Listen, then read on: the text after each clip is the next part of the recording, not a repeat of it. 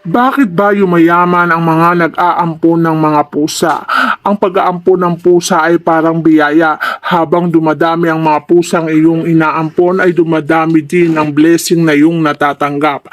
Ang mga pusa natin ay buhay na elemento na siyang nagtatanggal ng mga negatibong enerhiya sa ating mga tahanan. Kapag mas maraming negatibong enerhiya sa ating tahanan, mas maraming pusa ang dapat nating inaalagaan. At kasi naman nagtutulungan sila sa pagtanggal ng negatibong enerhiya na yan. At kapag natanggal nila ang negatibong enerhiya na yan sa kanyang mga tahanan, ang balik nito ay siksikliglig at nag-uumapaw na swerte. Kaya kung isa ka sa mga kabilang sa mahilig mag-ampon at mag-alaga ng pusa, mas marami kang naampon, nararamdaman mong mas gumagaang ang iyong buhay. Mas maraming pusa sa bahay mo, mas maraming swerte ang ibinibigay nito sa iyo. Kaya naman wala kang makikitang mga taong naghihirap na nag-aalaga ng pusa.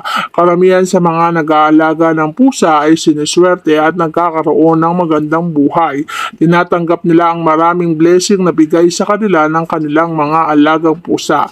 Iyan ang mangyayari sa iyo. Siswertihin ka, magkakaroon ng maraming biyaya at magkakaroon ng maraming swerte sa buhay mo. Kaya naman ipagpatuloy mo lamang ang pag-aalaga ng pusa para ang blessing ay mapapasa iyo.